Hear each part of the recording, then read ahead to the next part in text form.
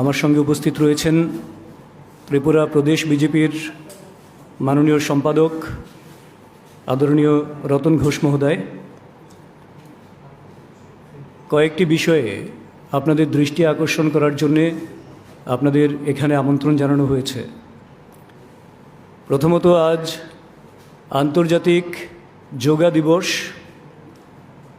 আপনারা অবগত আছেন, দেশের যশস্বী প্রধানমন্ত্রী মাননীয় নরেন্দ্র মোদীজির উদ্যোগে ভারতের চিরন্তন যোগা, যেটা আমাদের সুদীর্ঘ প্রাচীন মণি ঋষি থেকে শুরু করে সেই সময়ের থেকে শুরু করে আজ পর্যন্ত দেশের মানুষের স্বাস্থ্য, মানসিক এবং শারীরিক স্বাস্থ্য পরিচর্যায়, রক্ষায় একটা গুরুত্বপূর্ণ ভূমিকা পালন করেছে। সারা দেশের সঙ্গে ত্রিপুরাতেও যথাযোগ্যভাবে সামান্য দুর্যোগপূর্ণ আবহাওয়াকে উপেক্ষা করে আমাদের প্রতিটি মণ্ডলে এবং রাজ্য স্তরে যোগা দিবস উদযাপিত হয়।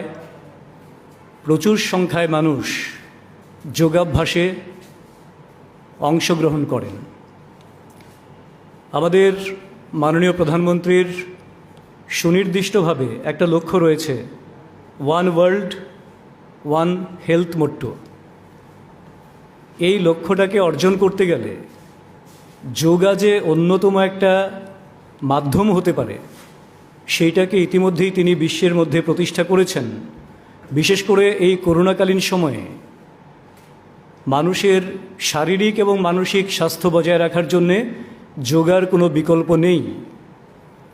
এবং যেহেতু ভারত একটি কল্যাণ রাষ্ট্র, তার জন্যে মাননীয় প্রধানমন্ত্রী নরেন্দ্র মোদীজি আজকের থেকে যোগা অ্যাপ বলে একটি অ্যাপ চালু করেছেন, যেটি বিশ্বের বিভিন্ন দেশের বিভিন্ন ভাষায় সেটা উপলব্ধ হবে এবং সেই অ্যাপের মাধ্যমে, ভিডিও ক্লিপিংসের মাধ্যমে যোগাকে সারা বিশ্বের সব মানুষের কল্যাণের জন্য যাতে ব্যবহৃত হতে পারে, তার জন্য একটি পদক্ষেপ নিয়েছেন।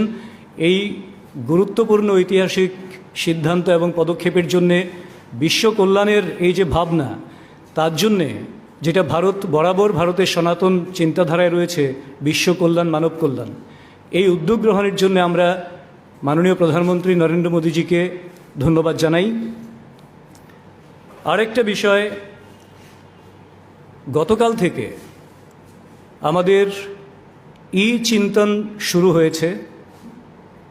রাষ্ট্রীয় স্তরে প্রতি রবিবার, আগামী 6 রবিবার চলবে। গতদিন থেকে শুরু হলো, গতকাল থেকে 6 রবিবার এক একটা বিষয় নিয়ে যারা আমন্ত্রিত সেইটাতে অংশগ্রহণ করবেন। প্রতি মঙ্গলবার রাজ্য স্তরে চিন্তন সেশন অনুষ্ঠিত হবে এবং প্রতি শনিবার জেলা স্তরে ত্রিপুরার সমস্ত জেলাতে চিন্তন অনুষ্ঠিত হবে। তো আগামীকাল চিন্তনের যে সেশন রয়েছে, এটা সম্পূর্ণভাবেই আমাদের প্রশিক্ষণ বিভাগের অন্তর্ভুক্ত বিষয় এবং শুধুমাত্র যারা অপেক্ষিত, আমন্ত্রিত, তারাই শুধু থাকতে পারেন, বাকি আর কোনো বিষয় নেই। তো তবুও আপনাদের জন্য জানালাম, এই প্রশিক্ষণ আগামী 6 সপ্তাহ আমাদের চলবে। চিন্তন সেশন আমাদের 6 সপ্তাহ চলবে। প্রতি মঙ্গলবার রাজ্যের জন্য চলবে, রবিবার রাষ্ট্রীয় স্তরে চলছে, শুরু হয়ে গেছে গতকাল, শনিবার চলবে জেলা স্তরে। তৃতীয় বিষয়, আপনারা অনেকেই অবগত আছেন, 2012 সালে যে সমস্ত সায়েন্স গ্র্যাজুয়েট টিচার্স যারা চাকরি পেয়েছিলেন, তাদের নিয়ে অনেকবার আপনাদের পত্রপত্রিকায় কিংবা ইলেকট্রনিক মিডিয়াতে নিউজও হয়েছে। তাদের বিভিন্ন অংশ থেকে আমাদের কাছে অনেক রকম বিষয় এসছে। তো তার জন্যে আপনাদের মাধ্যমে আমরা এই বিষয়টাকে আপনাদের মাধ্যমে সরকারের দৃষ্টি আকর্ষণ করার চেষ্টা করছি। 2010 সালে এই প্রক্রিয়াটা শুরু হয়েছিল। 2012 সালে তাদেরকে অ্যাপয়েন্টমেন্ট দেয়া হয়, কিন্তু সেখানে তৎকালীন সরকার, প্রাক্তন মুখ্যমন্ত্রী মানিকবাবুর নেতৃত্বাধীন সরকার ইচ্ছাকৃত বা অনিচ্ছাকৃত ওনারা বলতে পারবেন, সেটা আমরা জানি না। কিন্তু এই পোস্টগুলিকে ক্যাপ্টেন অ্যাভেন্স না করে এদেরকে ফিক্সড পেতে চাকরি দিলেন। ক্যাপ্টেন অ্যাভেন্স না করলে সেটাকে রেগুলার করতে সমস্যা হয়, এবং সেই সমস্যাটা সেই সময়ে 2017 সালে ওদের 5 বছর, যেটা ফিক্সের টার্ম, যে 5 বছর ফিক্সড পেতে থাকলে তারপর রেগুলার হবে, এই কন্ডিশন ছিল। তো কিন্তু 2017 জুলাই মাসে সেই সময় পেরিয়ে গেলেও নির্বাচন তো হয়েছে 2018 ফেব্রুয়ারি মার্চ, ওনারা কিন্তু তাদের রেগুলার করেননি। কেন করেননি সেটা ওনারাই বলতে পারবেন। কিন্তু এই বিষয়টা যেহেতু আমাদের কাছে এসছে, 1450টা পোস্ট ক্রিয়েট করা হয়েছিল, তার মধ্যে ফিনান্সের ক্লিয়ারেন্স ছিল 1000 পোস্টের জন্যে, 998 জনকে অ্যাপয়েন্টমেন্ট করা হয়েছিল। এবং যে তথ্য আমার কাছে আছে, যদি ভুল না করে থাকি, সম্ভবত 938 জন এখনও রয়েছেন যারা রেগুলার হননি, বাকিরা অন্যত্র অন্য চাকুরি নিয়ে অন্য কিছু করছেন। তো অবশ্যই সেই পরিবারগুলি তো যেটা এক্সপেক্ট করছিল, প্রত্যাশা করছিল, সেই জায়গাটাতে তারা একটা ধাক্কা খেয়েছেন সাময়িককালের জন্যে। আমরা বিশ্বাসী, এবং আপনাদের মাধ্যমে রাজ্য সরকারের কাছে, কারণ রাজ্যে অলরেডি যে সরকার চলছে, একটা দায়বদ্ধতার সরকার চলছে, দায়িত্ব নিয়ে কাজ করছেন, ইতিবাচক দৃষ্টিভঙ্গি নিয়ে কাজ করছেন, তার জন্যে আমরা আপনাদের মাধ্যমে রাজ্য সরকারের কাছে দৃষ্টি আকর্ষণ করছি, ওনাদেরকে দ্রুত সমস্ত রকম আইনগত বিষয়গুলিকে ঠিকঠাক রেখে দ্রুত যাতে ওনাদেরকে রেগুলারাইজ করা হয়, তার দ্রুত ব্যবস্থা গ্রহণ করার জন্যে আমরা সরকারের দৃষ্টি আকর্ষণ করছি। সেই সঙ্গে অনেকবার অনেক জায়গাতে আমাদের এই বিষয়টা বলতে হচ্ছে যে সর্বশিক্ষা সম্পর্কে আমাদের একটা কমিটমেন্ট রয়েছে, আমরা জানি সচেতনভাবে। তো আমরা আশাবাদী সরকার এখন পর্যন্ত ইতিবাচক দৃষ্টিভঙ্গি থেকেই সেইটাকে প্রতিপালন করা এবং তার দায়বদ্ধতা নিয়ে কাজ করার চেষ্টা করছেন। আমরা আশাবাদী যে যেই প্রক্রিয়া সরকার গ্রহণ করেছেন তাতে খুব বেশি দেরি হবে না, হয়তোবা সর্বশিক্ষার যে শিক্ষকদের যে দাবি এবং যে সমস্যা রয়েছে সেটা মিটে যাবে। আরেকটা বিষয়, প্রায়শই আমরা দেখি বিভিন্ন দপ্তরে, একই দপ্তরের দায়িত্বে যেখানে অধিকাংশ ক্ষেত্রে একজনেরই থাকার কথা, কিন্তু অনেক জায়গায় তার একটা ভ্যাকুয়াম তৈরি হয়েছে, শূন্যতা তৈরি হয়েছে। এক একজন অফিসার 2, 3, 4টে দপ্তরের দায়িত্ব নিয়ে রেখেছেন। কাজেই ওনারা দিনরাত কাজ করেও তারপরেও কাজের যে গতি, সেই গতিকে ধরে রাখা কোথাও কোথাও একটু সমস্যা হচ্ছে। তো সেইটাকে নিরসনের জন্যে যাবতীয় আইনগত বিষয়গুলি বিবেচনা করে সেইটাকেও যাতে দ্রুত, যত দ্রুত সম্ভব, যাতে করে প্রমোশনের জায়গাটাকে ক্লিয়ারেন্সে আনা যায় এবং যাতে করে রাজ্যের উন্নয়নের গতি আরও ত্বরান্বিত হয়। তো সেই বিষয়টা আমরা রাজ্য সরকারের বিনীত দৃষ্টি আকর্ষণ করছি আপনাদের মাধ্যমে, এবং আমরা বিশ্বাসী যে যে দৃষ্টিভঙ্গি নিয়ে সবকা সাথ, সবকা বিকাশ, সবকা বিশ্বাস এবং রাজ্যটাকে একটা মডেল স্টেট করার মতন পরিকল্পনা নিয়ে রাজ্য সরকার চলছেন, এই বিষয়গুলি অবশ্যই ইতিবাচক দৃষ্টিভঙ্গিতে রাজ্য সরকার দেখবেন এবং যাবতীয় আইনগত প্রক্রিয়ায় যাতে কোনোভাবে না ফেসে যান, যেটা তৎকালীন মানিকবাবুর নেতৃত্বাধীন সরকারের সময় বারবার হয়েছে, মানুষ অযথা নাজেহাল হয়েছেন, তারপরেও সেটাকে স্পিড আপ করে আইনগত যাবতীয় প্রক্রিয়ার মাধ্যমেই, ট্রান্সপারেন্সির মাধ্যমেই যাতে এই সমস্যাগুলি দ্রুত নিরসন করা হয়, তার জন্য আমরা রাজ্য সরকারের দৃষ্টি আকর্ষণ করছি। আপনাদের যদি কিছু বক্তব্য থাকে। প্রথম যে বিষয়টা, হ্যাঁ, এখানে আরেকটা গ্রুপ বাদ দিয়েছে, 10,330 তাদের বিষয়ে কি আপনাদের কোনো মন্তব্য? দেখুন, একটা বিষয় হলো 10,323 ক্ষেত্রটা আর এই ক্ষেত্রটাকে কোনোভাবেই মেলানো যাবে না। 10,323 নিয়ে আমরা বহুবার বলেছি, আমাদের পার্টি স্ট্যান্ড ক্লিয়ার করেছি, কিন্তু সুপ্রিম কোর্টের উপরে কোনো স্ট্যান্ডার্ড থাকে না কারোর। Supreme court is ultimate. মহামান্য সুপ্রিম কোর্ট যা ভার্ডিক্ট দেবেন সেই অনুযায়ী রাজ্য সরকার বা যে কোনো কেন্দ্রীয় সরকারকে সেভাবেই কাজ করতে হবে।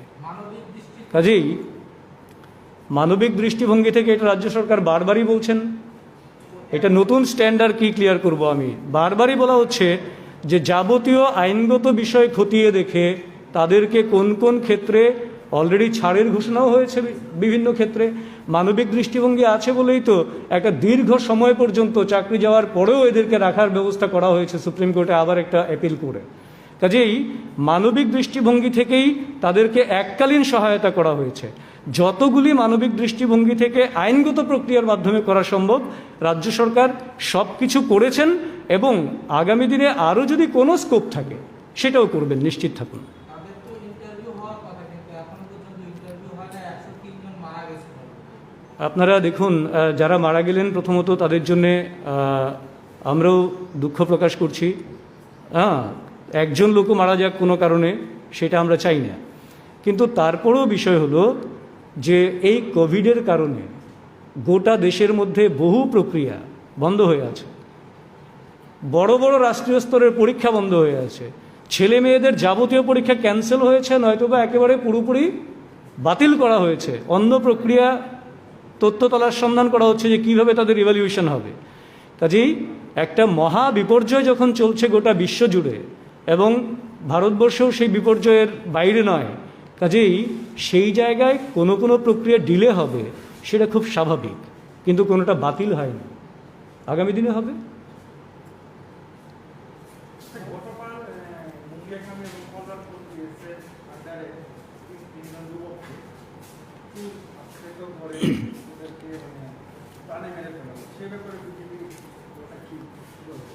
দেখুন, একটা বিষয় হলো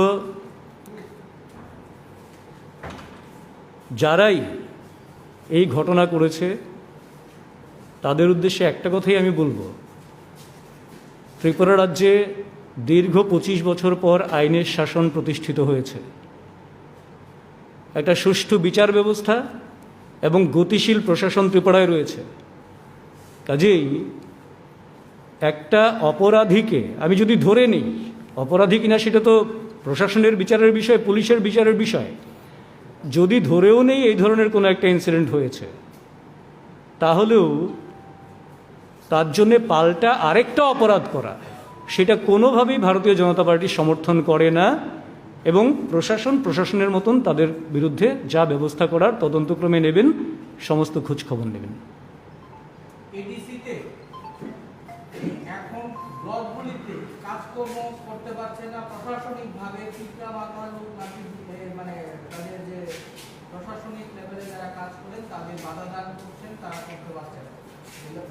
দুই নম্বর হচ্ছে যে উপজাতিদের ভয়ের কারণ হয়ে দাঁড়িয়েছে। এই মানে তারা এখন আত্মরক্ষার জন্য নিজেরা বিশেষ করে বহু দল থেকে এখন তীব্র বাধার দিকে ঢুকছে, কারণ এই যে অস্থির পরিস্থিতি, এই নিয়ে আপনাদের কি মনে হয়? দেখুন, দুটো বিষয় এখানে আপনি উত্থাপন করেছেন। একটা হচ্ছে প্রশাসনিক শক্তির সঙ্গে তার মোকাবেলা করবে, যাতে প্রশাসনিক কাজ উত্থাপন করেছেন জনজাতিরাই জনজাতিদের ভয়ের কারণ।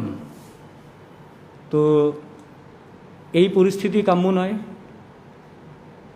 আমরা আশা করি ত্রিপুরায় অবাধ গণতান্ত্রিক বাতাবরণ থাকবে, এবং মানুষ যার যার মতন করে রাজনৈতিক অধিকার, মৌলিক অধিকার, সমস্ত অধিকার প্রয়োগ করবে, তার পছন্দ অপছন্দ সে নিজে স্থির করবে। কাজেই ভয় দেখিয়ে চমকিয়ে খুব একটা যদি মনে করেন কেউ যে বেশি দিন পর্যন্ত এইটা চলতে থাকবে, ভুল করবেন। তাদের কাছে আমি অনুরোধ করব, যদি কেউ এই মানসিকতা নিয়ে কাজ করার চেষ্টা করেন যে তারা ভুল পথে হাঁটছেন, স্বাভাবিক গণতান্ত্রিক পরিবেশে যেভাবে তাদের থাকার কথা, যা তাদের করণীয় দায়িত্বশীল নাগরিক হিসেবে রাজ্যের উন্নয়নের জন্য যা ভূমিকা পালন করার কথা, সেই ভূমিকা পালন করবেন। কারণ রাজ্যটার উন্নয়ন হচ্ছে ভারতীয় জনতা পার্টি ত্রিপুরা প্রদেশের একমাত্র টার্গেট। এই উন্নয়নের শরিক সবাই, তার জন্যই আমরা বলি সবকা সাথ সবকা বিকাশ। এটা একেবারে জনজাতি থেকে শুরু করে, অন্তোদয় থেকে শুরু করে, বিপিএল এপিএল থেকে শুরু করে সব অংশের মানুষের জন্য উন্নয়নটা সমানভাবে যদি পৌঁছায়, সবার জীবনমান যদি পরিবর্তন হয়, উন্নত হয়, তাহলেই না রাজ্যটা গোটা দেশের মধ্যে মাথা তুলে দাঁড়াবে। কাজে এখানে যারা তার প্রতিবন্ধকতা সৃষ্টি করছে, তারা ত্রিপুরা রাজ্যের শান্তি এবং উন্নয়নের বিরোধী, সেটা নিশ্চিতভাবেই বলা যায়, এবং তাদেরকে জাতি জনজাতি নির্বিশেষে সবারই আইডেন্টিফাই করা উচিত। হ্যাঁ, ভিলেজ কমিটিগুলি তো কাজ করতে পারছে না, এই যে ব্লকগুলি দখল করছে। আমি বললাম এটা এখন প্রশাসনিক বিষয়, এটা নির্বাচিত প্রতিনিধি নেই এখন, সেটা আপনারা জানেন। তো প্রশাসনিক বিষয়ে যারা ব্যাঘাত ঘটানোর চেষ্টা করছেন কাজকর্মে, তাদেরকে প্রশাসন শক্তির সঙ্গে মোকাবেলা করবে। কাজ যাতে বন্ধ না হয়, কেউ যাতে উন্নয়ন বিরোধী অবস্থানে খুব একটা কিছু করতে না পারেন, তার জন্যে শক্তির সঙ্গে প্রশাসন সেখানে সদর্থক ভূমিকা নেবেন, ইতিবাচক ভূমিকা নেবেন। এই আহ্বান এবং আশা আমরা রাখছি রাজ্য সরকারের কাছে, প্রশাসনের কাছে।